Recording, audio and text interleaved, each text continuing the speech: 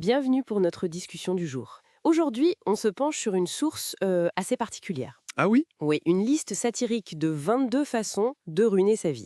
C'est assez direct. D'accord, 22 façons, carrément. Donc, l'idée, c'est pas de suivre le guide, j'imagine. Non, non, surtout pas. L'objectif, c'est plutôt d'analyser ces comportements, ces auto-sabotages, pour voir ce qui cloche vraiment, ce qui mène à l'échec, à l'insatisfaction. Une sorte de contre-exemple géant, en fait. Utiliser l'ironie pour pointer des vérités. Exactement. C'est une approche par l'absurde qui peut être étonnamment parlante. Tout à fait, ça permet de voir en miroir ce qu'il faut éviter. C'est souvent plus efficace qu'un conseil direct, parfois. Alors, commençons peut-être par le premier grand thème qui ressort, la mentalité.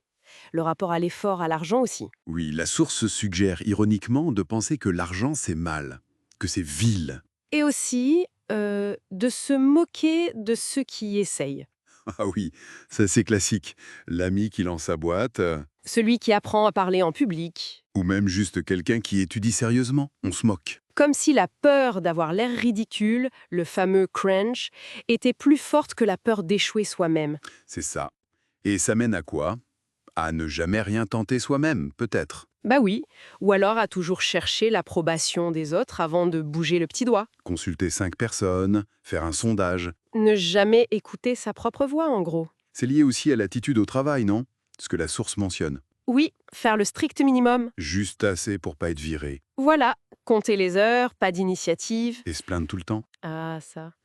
Du boulot, la météo, du gouvernement. Mais sans jamais proposer la moindre solution, bien sûr. Ni agir. Et puis, jeter l'éponge dès que ça devient un peu difficile. Oui. Une dispute de couple, une idée qui décolle pas tout de suite, les courbatures après le sport. Nope, on abandonne. Si c'est pas facile, C'est que c'est pas fait pour moi. C'est ça la logique. Enfin, l'antilogique. c'est fou comme cette peur de l'effort, de l'inconfort peut tout bloquer. C'est un mécanisme de défense quelque part. L'inconfort, c'est le signe qu'on sort de sa zone. Et donc, potentiellement, qu'on apprend, qu'on grandit, mais là, c'est vu comme un signal d'arrêt. Exactement. Un autre thème, c'est l'apprentissage, ou plutôt le non-apprentissage. Oui, le binge more, learn less.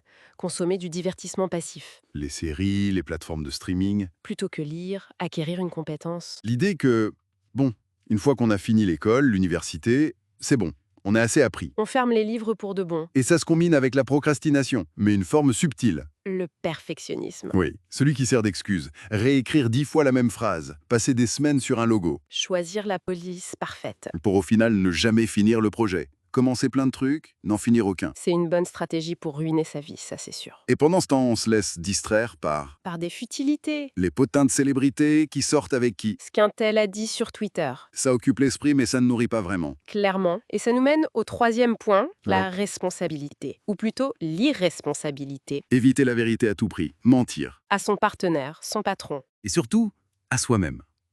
Parce que l'honnêteté, ça peut être inconfortable. Et l'inconfort mène au changement, ce qu'on veut éviter à tout prix dans cette logique d'auto-sabotage. Tout à fait, ce qui amène la posture de victime, Ah oui, tout est toujours la faute des autres. des parents, de l'économie, du passé, de l'astrologie même. Et jamais de soi. Et si rien n'est de ma faute, bah, je n'ai pas à agir pour changer. Logique, non? Imparable.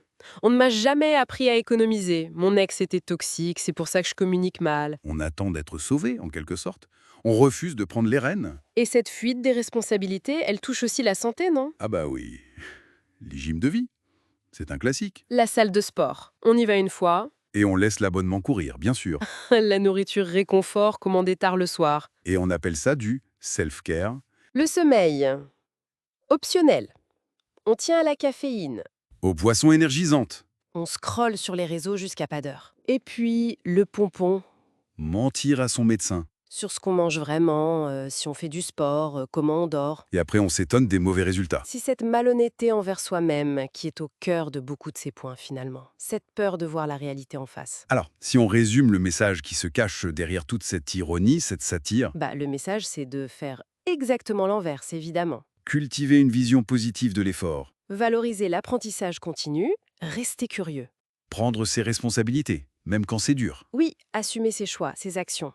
Et prendre soin de soi, pour de vrai. Hygiène de vie, santé mentale. Bref, choisir l'action, l'intention plutôt que la passivité et l'auto-apitoiement, ce guide pour échouer est en fait un plaidoyer pour... Pour la croissance. C'est une façon assez percutante de le dire, c'est vrai.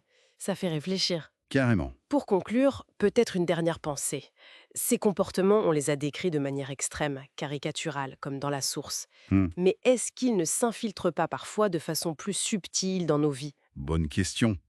Les petits arrangements avec la révité, la petite procrastination. La petite plainte sans action. Alors, la question à méditer, ce serait peut-être quels sont nos propres petits sabotages quotidiens? Ceux qu'on fait sans même y penser. Et surtout, comment on peut consciemment choisir autre chose. Choisir la voie du développement plutôt que celle de la stagnation facile. Voilà une bonne réflexion pour terminer. Merci pour cette analyse.